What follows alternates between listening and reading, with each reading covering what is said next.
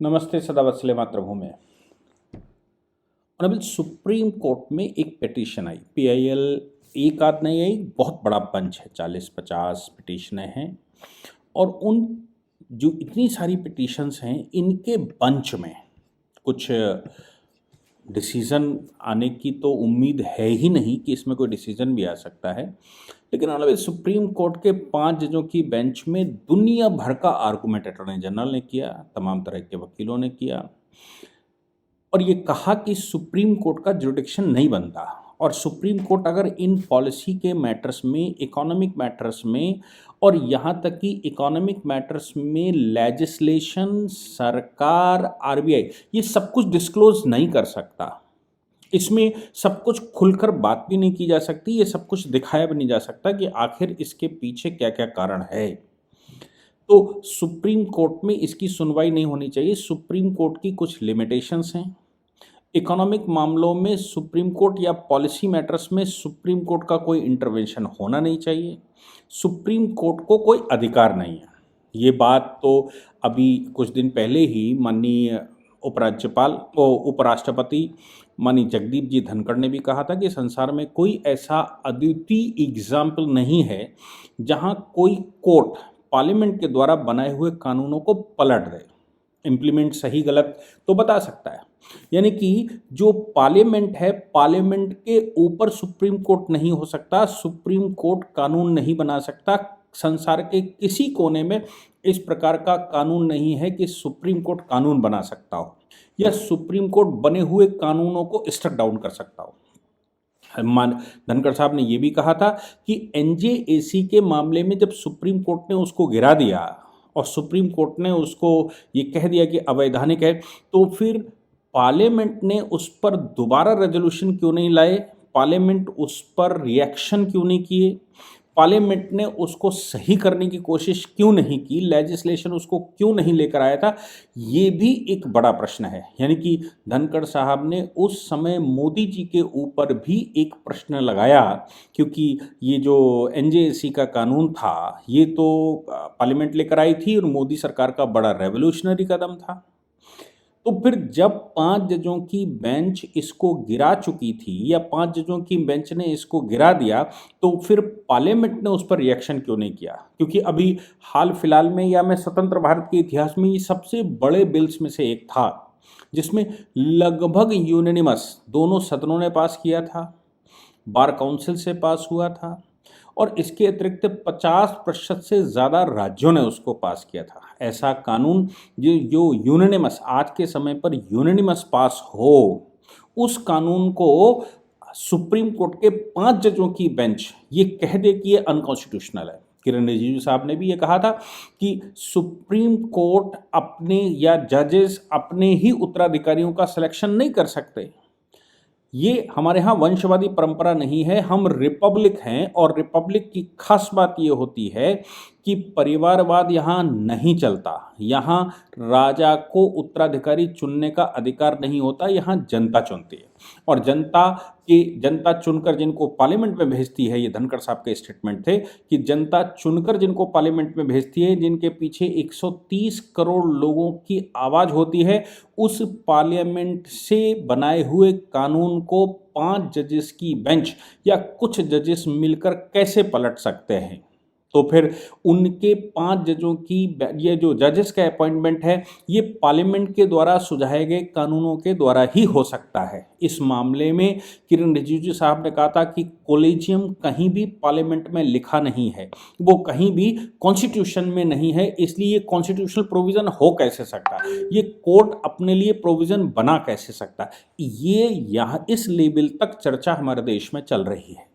यानी कि अब सीधा सीधा लग रहा है कि सुप्रीम कोर्ट बनाम केंद्र सरकार, क्योंकि मोदी जी की खास बात यह है कि वो सारे विषय इकट्ठे नहीं खोलते, युद्ध का मैदान और समय वो तय करते हैं, चाहे वो सर्जिकल स्ट्राइक हो, चाहे वो एयर स्ट्राइक हो, चाहे वो मदरसों के मामले हों, चाहे कोई और मामले हों, चाहे वो 370 का मामला हो और चाहे ट्रिपल तलाक जैसे मामले हों, राम मंदिर का मामला हो, वो एक एक मामले को चूज करते हैं और उसको उसकी चारों ओर की मैकेनिज्म बनाकर उसको सही रास्ते पर लाते हैं। मुझे लगता है कि पिछले 2-3 महीने से ये बात बिल्कुल ठीक आ चुकी है कि सरकार अब सुप्रीम कोर्ट को सही करने पर लगी हुई है। इसीलिए धनखड़ साहब ने कहा कि सरकार ने उस समय या पार्लियामेंट ने उस समय कोई रिएक्शन क्यों नहीं किया, ये एक प्रश्न है, और रिएक्शन करना चाहिए था, क्योंकि जिसको 130 करोड़ लोग चुनकर भेज रहे हों, जिनके पीछे 130 करोड़ लोगों की मंशा हो, उन लोगों की बात को पलट देना ये डेमोक्रेसी का हिस्सा नहीं है। और रिपब्लिक का परिभाषा ही यही है कि राष्ट्रपति हमारे यहाँ वंशानुगत नहीं होगा, हमारे यहाँ कोई भी वंशानुगत नहीं होगा, हमारे यहाँ डेमोक्रेसी होगी लोगों के द्वारा, लोगों के लिए, और लोग ही उसमें बैठेंगे। तो फिर ऐसी परिस्थिति में कोई मैकेनिज्म, न्यूट्रल मैकेनिज्म बननी चाहिए, और वो न्यूट्रल मैकेनिज्म तो एटलीस्ट कोलिजियम नहीं है। हालांकि सुप्रीम कोर्ट उसको छोड़े कैसे, ये एक बड़ा प्रश्न पड़ता ही है, क्योंकि सुप्रीम कोर्ट आसानी से, मुझे नहीं लगता कि जिसको जो फैसिलिटी मिलने लगती है वो फैसिलिटी आसानी से छोड़ता है। इसका एक इलस्ट्रेशन ये भी है कि कोई व्यक्ति किराए के मकान में रहने के लिए जब जाता है तो दीनहीन बताकर वो एक कमरा किराए पर लेता है, लेकिन लंबे समय तक उसमें रहने के बाद अगर मकान मालिक उससे कहे कि इसको खाली करो तो उसकी इच्छा नहीं होती, वो अंतिम क्षण तक, बहुत शरीफ लोग हों वो चले जाते हैं, लेकिन बहुत बड़ी संख्या कलयुग में ऐसी है जो फिर वो फैसिलिटी छोड़ना नहीं चाहती। यहाँ तक कि अगर कोई साइकिल मांग कर ले जाए और लंबे समय तक साइकिल चलाए और साइकिल वाला अचानक उसको मांग ले तो बड़ा कष्ट होता है लोगों को कि एक फैसिलिटी मिली थी वो भी वापस चली गई, और वैमनस्यता भी हो जाती है। तो सुप्रीम कोर्ट ने, अगर जब सरकारें मैं नहीं थी तब कहता हूं, जब 1989 के बाद भारत में मिलीजुली सरकारें बैठी, 2014 से पहले कोई फुल फ्लैश इतनी मजबूत सरकार नहीं बैठी थी कि जो निर्णय सही से ले सकती थी। इसी दौरान सुप्रीम कोर्ट ने 1993 से लेकर 2015 तक अपने आप को इतना मजबूत कर लिया कि उन्होंने सेपरेशन ऑफ पावर में वो सरकार के बिल्कुल सामने खड़े हुए दिखाई दिए। अब ये सरकार बनाम कोर्ट, सरकार बनाम जुडिशरी कहाँ तक चलेगा? ये मेरे ख्याल से जो सरकार बनाम जुडिशरी बनाने की कोशिश हो रही है, सरकार बनाम जुडिशरी नहीं है, ये पार्लियामेंट बनाम जुडिशरी है, क्योंकि पार्लियामेंट की पावर्स जो ओरिजिनल पावर है, पार्लियामेंट के द्वारा बनाए गए कानून को जुडिशरी उसको स्टक डाउन कर रही है। इसलिए ये जुडिशरी बनाम पार्लियामेंट है, ये सरकार बनाम पार्लियामेंट नहीं है, पर सरकार बनाम जुडिशरी नहीं है, क्योंकि सरकार बनाम जुडिशरी का मतलब होता है केवल नरेंद्र मोदी सरकार, बीजेपी की सरकार या उनके समर्थक बनाम वो। ये तो कानून यूनिनिमस पास किया था जिसमें अपोजिशन भी शामिल था, जिसमें सर्वदल शामिल थे, यानी कि पूरे देश की वॉइस उसमें थी, 50% से ऊपर राज्यों की वॉइस थी, वार काउंसिल की वॉइस थी। इन सब की आवाज़ को सुप्रीम कोर्ट ने दबा दिया था, मतलब पूरे देश के ऊपर प्रिवेल करने की बात ऐसी स्वीकार की जा रही है। इन परिस्थितियों में सुप्रीम कोर्ट कैसे केंद्र सरकार को आड़े हाथों ले? एक मामला जो 2016 का डीमोनेटाइजेशन का मामला था, वो डीमोनेटाइजेशन 2016 का सुप्रीम कोर्ट में 46 पिटीशंस या उससे ज़्यादा पिटीशंस पेंडिंग थी, उनको अचानक उन्होंने ले लिया। अचानक ना कहें, 6 वर्ष बाद उनको टेकअप कर लिया। Honourable justice Abdul Nazeer, honourable justice BR Gavai, honourable justice AR Bopanna, honourable justice V Rama Subramanian, honourable justice BV Nagarathna, ये 5 जजों की बेंच ने उस मामले को सुनने के लिए शुरू कर दिया।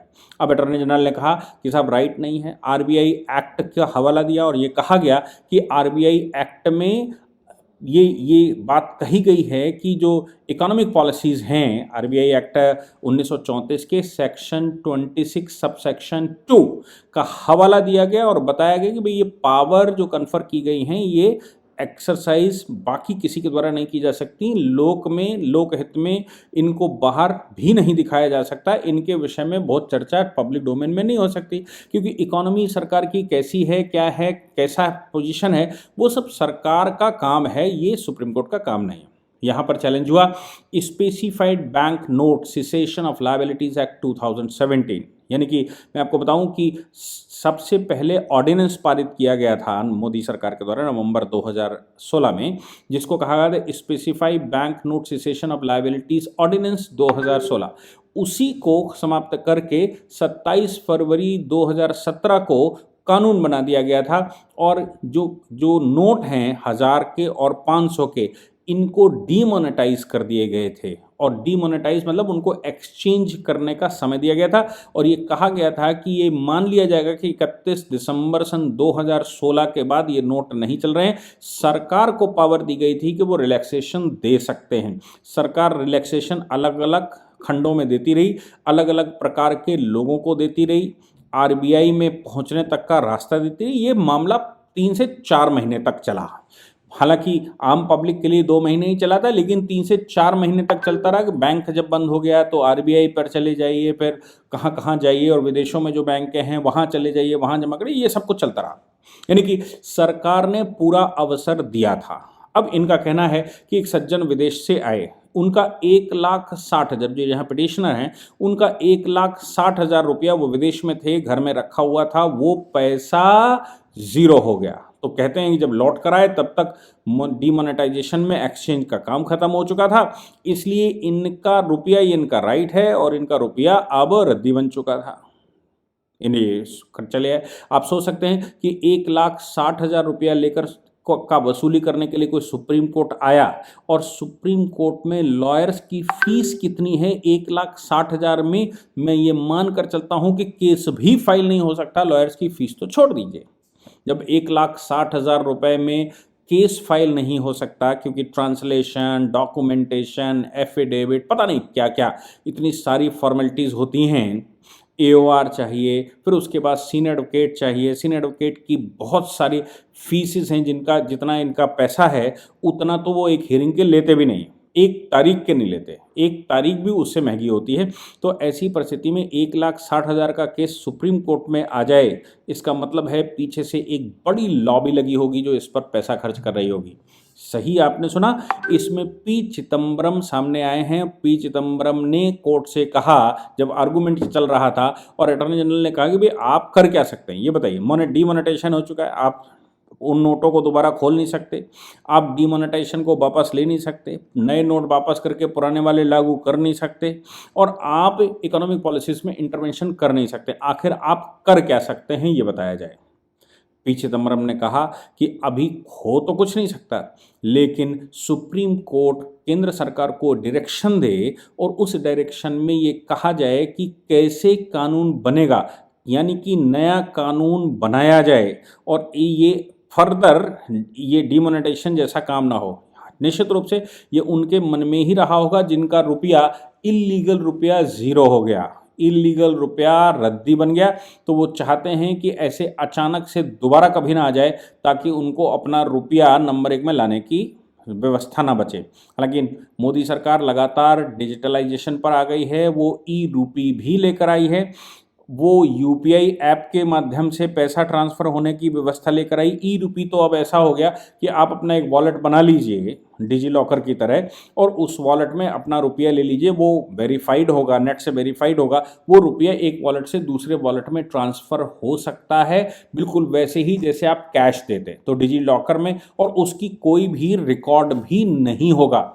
यूपीआई से करते हैं तो रिकॉर्ड रहता है, आप बाकी ऐप इस्तेमाल करते हैं तो उसका रिकॉर्ड रहता है, लेकिन ये जो डिजी रुपया है ये बिल्कुल कैश की तरह रहता है, जैसे आपकी जेब में है वैसे ही डिजी लॉकर की तरह एक वॉलेट में को रख लीजिए और उस वॉलेट से दूसरे वॉलेट को ट्रांसफर कर दीजिए उसका फोन नंबर पूछकर, यानी कि वॉलेट टू वॉलेट ट्रांसफर हो सकता है, बिल्कुल वैसे ही जैसे व्हाट्सएप चलता है, इनक्रिप्शन टू इनक्रिप्शन, उसमें बीच में कोई डाल नहीं सकता।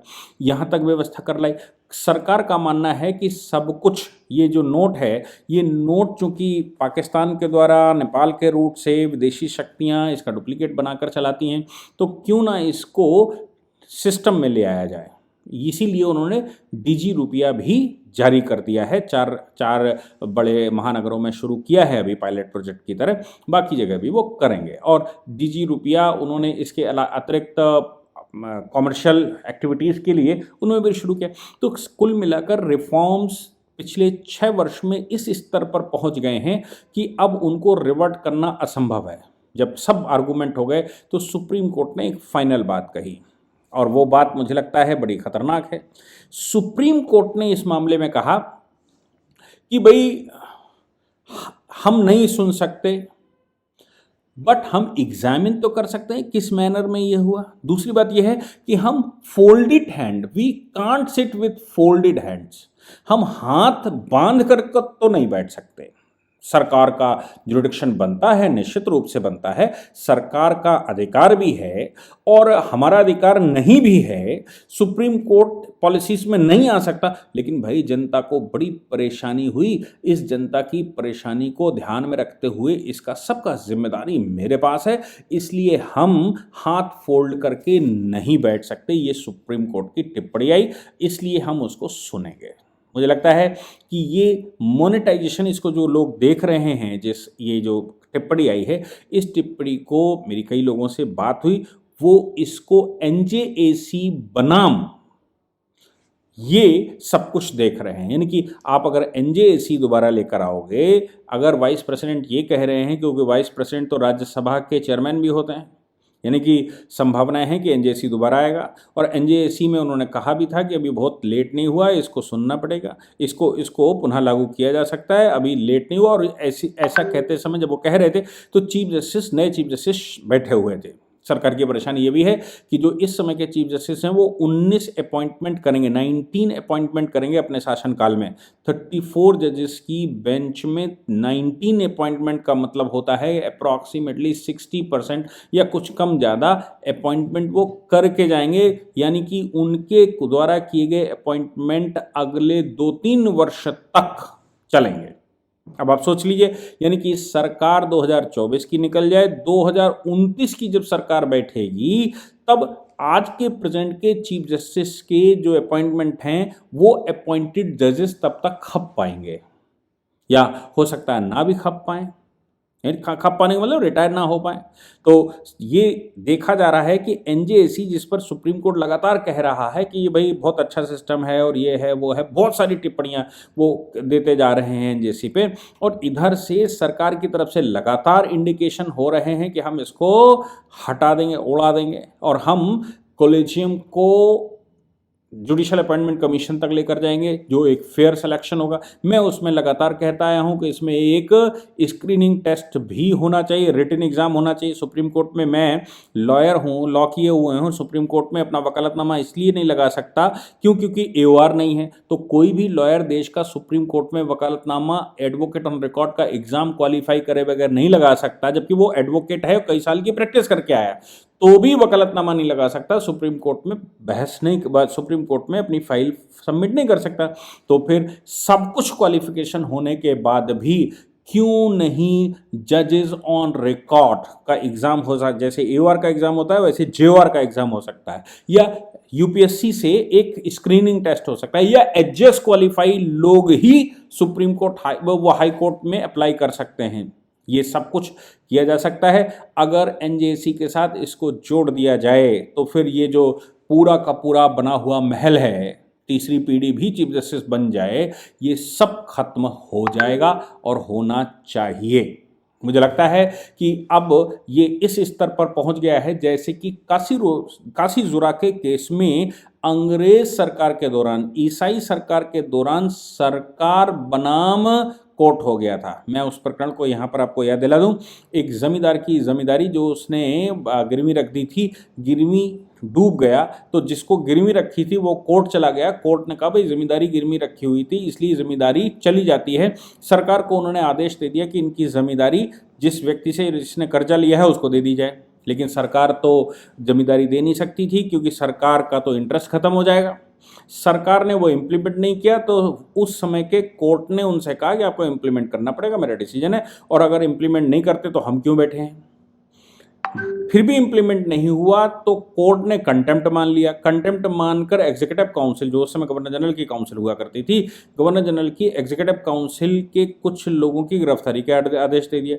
गवर्नर जनरल की जो बैठक हुई तो गवर्नर जनरल चूंकि खुद में इस तरह की पावर रखता था तो उसने कोर्ट को कंटेम्प्ट मान लिया।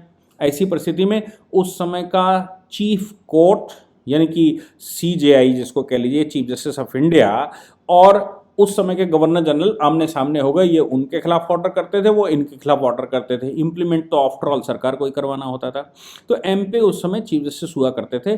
जब बात इंग्लैंड पहुंची तो इंग्लैंड में राजा या महारानी जो भी बैठा था उसने दोनों को बुलाया। दोनों को बुलाने के बाद उस समय के सुप्रीम कोर्ट के चीफ जस्टिस का ट्रांसफ़र अफ्रीका कर दिया गया था, और ये निर्णय लिया गया था ब्रिटिश गवर्नमेंट के द्वारा कि सॉवरेंटी मेंटेन करना आवश्यक है, और सॉवरेंटी अगर मेंटेन नहीं होती तो ऐसा कोर्ट हमें नहीं चाहिए, क्योंकि जमींदारी के माध्यम से वो यहाँ शासन चलाते थे। Justice, injustice, injustice, non justice सब कुछ ठीक है, लेकिन सरकार के काम में इंटरवेंशन मत करिए कि जमींदारी किसको अलॉट की जाए।